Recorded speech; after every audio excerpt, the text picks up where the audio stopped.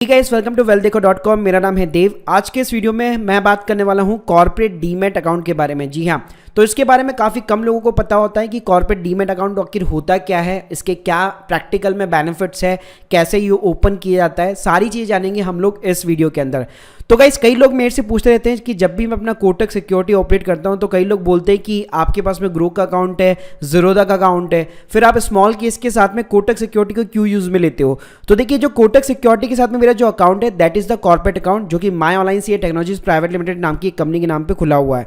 तो गाइस इसके क्या बेनिफिट है कॉर्पोरेट डीमैट अकाउंट के, तो प्रैक्टिकली मैं आपको आज सारी चीज़ें जो है यहाँ पे रिवील करने वाला। सो गाइस सबसे पहले बात करते हैं कि आखिर कॉर्पोरेट डीमैट अकाउंट होता है क्या है। तो देखिए, जो भी नॉन इंडिविजुअल पर्सन अपने बेसिकली नाम पे जो है करंट अकाउंट खुलवाता है उसको कॉर्पोरेट डीमैट अकाउंट कहते हैं। जैसे कि मान लीजिए कोई भी पार्टनरशिप फर्म हो गई, मतलब XYZ सर्विसेज हो गई, XYZ मतलब what ever the brands name जो भी आप रखना चाहते हैं। अगर आपने एक प्राइवेट लिमिटेड कंपनी बना रखी है या एक LLP लिमिटेड लायबिलिटी पार्टनरशिप बना रखी है या फिर एक OPC 1% कंपनी बना रखी है, या मान लीजिए जरूरी नहीं है सिर्फ ट्रेडिंग के बिजनेस के लिए, आप कोई भी बिजनेस क्यों ना करते हो, अगर इनमें से कोई भी जो है आपकी लीगल एंटिटी है, मतलब पार्टनरशिप है, प्राइवेट लिमिटेड है, LLP है, OPC है, तो इनमें से किसी के भी नाम पे अगर आप एक डीमैट अकाउंट खुलवाते हैं किसी भी ब्रोकरेज फर्म के साथ में, तो वो आपका बेसिकली कॉर्पोरेट डीमैट अकाउंट कहलाता है। अब गाइस बात करूंगा कि क्या प्रैक्टिकल बेनिफिट्स है कॉर्पोरेट डीमैट अकाउंट के। तो देखिए, जो पहली चीज है जो मुझे सच में मेरे लिए एक्चुअली बेनिफिशियल रहती है that is the earn more returns compare to the current account. देखिए, बिजनेस के करंट अकाउंट में क्या होता है, जब आपका पार्टनरशिप का अकाउंट होता है, प्राइवेट लिमिटेड कंपनी का अकाउंट होता है, मान लीजिए आप एक नॉर्मल बिजनेस चला रहे हैं, तो बिजनेस के अंदर क्या होता है, कई बार जो है आपके पास में काफी सारा कैश वगैरह पड़ा रहता है, मतलब कैश इन द मतलब हाथ में नहीं, बैंक के अंदर आपकी लिक्विडिटी इतनी रहती है कि आपके पास में पैसा पड़ा होता है। अब करंट अकाउंट के अंदर क्या होता है गाइस, आपको कुछ इंटरेस्ट वगैरह कुछ भी ऐसी कोई फैसिलिटी आपको मिलती नहीं है जो कि सेविंग अकाउंट के अंदर आपको मिलती है। आप FD वगैरह भी कराते हैं तो वहां पे आपका पैसा ब्लॉकेज वगैरह हो जाता है, प्लस रिटर्न आपको अच्छे खासे मिलते नहीं है। तो उस केस में अगर लेट्स सपोज आपके पास में कॉर्पोरेट डीमैट अकाउंट हो तो गाइस उससे फायदा ये होता है, आप जितना भी अपना एक्सेस के कैश है उसके बदले में आप स्टॉक्स वगैरह बाई कर सकते हैं, इमीडिएटली स्विंग ट्रेडिंग कर सकते हैं, या फिर म्यूचुअल फंड के अंदर इन्वेस्ट कर सकते हैं, लिक्विड म्यूचुअल फंड में इन्वेस्ट कर सकते हैं, डेट में कर सकते हैं, इक्विटी में कर सकते हैं।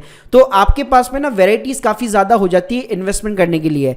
तो गाइस अगर कोई नॉर्मल बिजनेस भी अगर बंदा चला रहा है और उसके पास में कॉर्पोरेट डीमैट अकाउंट है तो काफी अच्छे रिटर्न्स कमा सकता है वो अपने एक्सेस कैश के ऊपर, जिसको कि वो विड्रॉल नहीं कर सकते अपने पर्सनल अकाउंट में अगर कंपनी के पास में पड़ा हुआ है, क्योंकि ऑब्वियसली बात है अगर विड्रॉल करेगा तो टैक्स लग जाएगा। तो विड्रॉल करने से बेटर है अगर कंपनी के पास में एक्सेस में कैश पड़ा हुआ है तो वो उसको अच्छी जगह पे यहाँ पे इन्वेस्ट कर सकता है। सेकंड गाइस यहाँ पे प्रैक्टिकल बेनिफिट ये आता है कि अगर लेट्स सपोज आपने मान लीजिए फर्म ही इस पर्पस के लिए बना रखी है कि मैं ट्रेडिंग कर सकूं, मान लीजिए आप 3-4 जो है फैमिली फ्रेंड्स के अंदर मिल चुके और आपने तीनों चारों ने डिसाइड किया कि हम लोग ना सब मिलके कि ना पैसा जो इकट्ठा करेंगे एक फर्म बनाएंगे। तो अगर देखिए, अगर आपका एक सिंगल डीमैट अकाउंट होगा और उसके अंदर मल्टीपल होल्डर होंगे तो देखिए आपकी फर्म तो एक ही है, जो आप स्टॉक्स बाय करेंगे उसके ऊपर सबका हक होगा। वरना क्या होगा, आप मान लीजिए बोलते कि हम लोग सारे फैमिली एंड फ्रेंड्स मिलके पैसा इकट्ठा करके कोई भी शेयर्स वगैरह बाय करना चाहते हैं तो आपको सबके अलग अलग डीमैट अकाउंट खुलवाने पड़ेंगे। उससे बेटर है आप एक कॉर्पोरेट डीमैट अकाउंट खुलाइए जिसके अंदर सबकी यहाँ पे शेयरिंग सेम रहती है। उसके अलावा गाइस एक और बेनिफिट ही मिलता है, कई बार क्या होता है आपकी जो होल्डिंग कैपेसिटी है इंडिविजुअल के अंदर काफी कम होती है। मान लीजिए मैं इंडिविजुअली जो है सिर्फ 3 या 4 लाख रुपए इन्वेस्ट कर सकता हूं, लेकिन मान लीजिए मेरे साथ में अगर मैं 10 जनों को और मिला लेता हूं तो मेरा जो कॉर्पस है वो 1 करोड़ का बन जाता है। तो अब अगर मैं एक पार्टनरशिप फर्म बनाता हूं या एक प्राइवेट लिमिटेड कंपनी बनाता हूं सिर्फ स्टॉक्स के अंदर इन्वेस्ट करने के लिए, तो गाइस वो सारे मिल करके वो 1 करोड़ का जो फंड है इजीली मैं यहाँ पे मेरी जो होल्डिंग कैपेसिटी है शेयर्स को बाय करने की या उसको होल्ड करने की, तो वो काफी ज्यादा इंक्रीज हो जाती है। तो यहाँ पे भी गाइस आपको काफी ज्यादा यहाँ पे बेनिफिट होता है।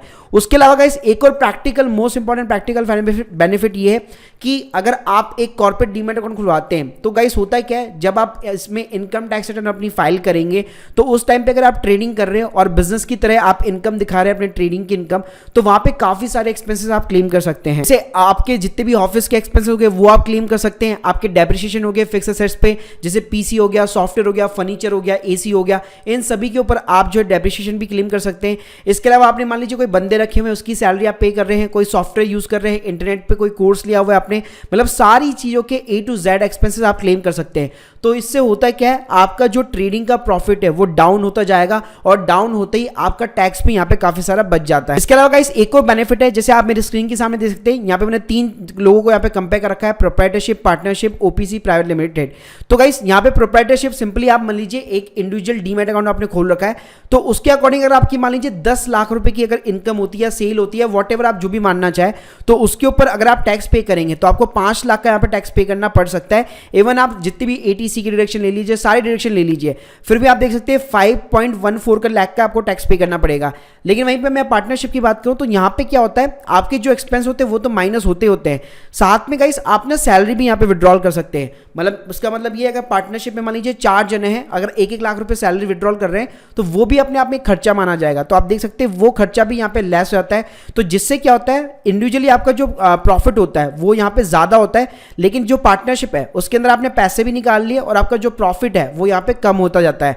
साथ में गाइस अगर मैं कॉर्पोरेट की बात करूं तो यहाँ पे आपकी जो टैक्स रेट है, जैसे 30% जहां पे लगती है, वहीं पे जो आपकी टैक्स रेट है वो 25% यहाँ पे हो जाती है। तो आप देख सकते हैं सेम इनकम के ऊपर यहाँ पे अगर 5 लाख का आपने टैक्स पे किया है, तो वहीं पार्टनरशिप और प्राइवेट लिमिटेड के अंदर 31,000 रुपए और 26,000 रुपए का यहाँ पे टैक्स पे हो रहा है। अगर आपका एक कॉर्पोरेट डीमैट अकाउंट है तो टैक्स स्ट्रक्चर के अंदर भी आप काफी आसानी से काफी ज्यादा टैक्स यहाँ पे सेव कर सकते हैं। इस बात आती है कि यहाँ पे कॉर्पोरेट डीमैट अकाउंट ओपन कैसे कराते हैं, तो मेरा जो एक्सपीरियंस रहा है वो कोटक सिक्योरिटी और जीरोधा के साथ में रहा है।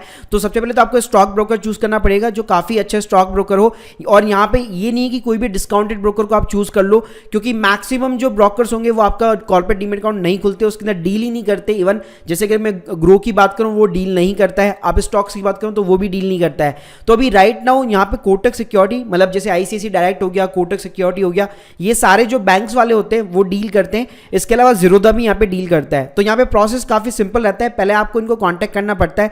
डॉक्यूमेंट प्रोसेस सारा ऑफलाइन होता है, ऐसे ऑनलाइन की तरह नहीं होता है कि आपने डॉक्यूमेंट्स अपलोड कर दिए, ई-केवाईसी करा दिया आधार के थ्रू, सेल्फी ले ली और बस आपका डीमैट अकाउंट ओपन हो गया। ऐसा नहीं होता है, यहाँ पे आपको काफी सारे डॉक्यूमेंट्स देने पड़ते हैं, एमओए, एओए हो गया, पैन कार्ड हो गया, उसके अलावा सारे डायरेक्टर की केवाईसी हो गई, करंट अकाउंट की डिटेल्स हो गई। तो ये सारी डिटेल्स आपको प्रोवाइड करनी पड़ती है। तो मेरी रिकमेंडेशन ये रहती है कि अगर आप जैसे मान लीजिए बैंक वाले जो अगर मैं कंपेयर करूं जैसे कोटक को, आईसीआईसी डायरेक्ट को, एचडीएफसी सिक्योरिटीज को, तो इन सभी में मुझे है कोटक सिक्योरिटी सबसे ज्यादा बेस्ट लगता है। तो मेरी रिकमेंडेशन तो ये रहेगी, अगर आपको एक कॉर्पोरेट डीमैट अकाउंट खुलाना है तो इसके साथ में आप जा सकते हैं। प्लस अगर मेरी लिंक को अगर आप यूज करेंगे, मैं आपको डिस्क्रिप्शन बॉक्स में दे दूंगा, तो वहां पे आपको एक्सक्लूसिव बेनिफिट भी मिल जाएगा।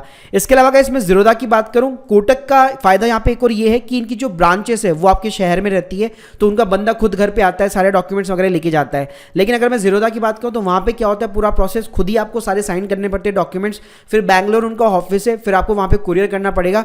कुरियर करने के बाद में आपकी आईडी बनती है, आपका पासवर्ड जनरेट होता है, उसके बाद में आप जीरोधा की साइट के ऊपर लॉगिन कर सकते हैं और अपनी ट्रेडिंग शुरुआत कर सकते हैं। इसके अलावा गाइस अगर मैं कॉर्पोरेट डीमैट अकाउंट के ऊपर फीस की बात करूं तो नॉर्मली यहाँ पे आपको कोई भी डिस्काउंटेड चार्जेस वगैरह, मतलब जो इंडिविजुअल पे ऑफर होते हैं वो यहाँ पे ये चीजें ऑफर नहीं करता है। मतलब सिंपल सी बात है, आपकी इक्विटी डिलीवरीज के ऊपर भी वही पैसा लगेगा, फ्यूचर एंड ऑप्शन के ऊपर भी लगेगा, एएमसी फीस भी लगेगी, अकाउंट ओपनिंग फीस भी लगेगी। तो जो नॉर्मल जो चार्जेस होते हैं डीमैट अकाउंट ओपन कराने के लिए, वो सारे चार्जेस यहाँ पे लगते हैं। So guys hope you like this video, please subscribe channel. अगर आप लोगों के कोई भी डाउट्स है कमेंट सेक्शन के अंदर जरूर बताइए। Thank you guys, thank you very much.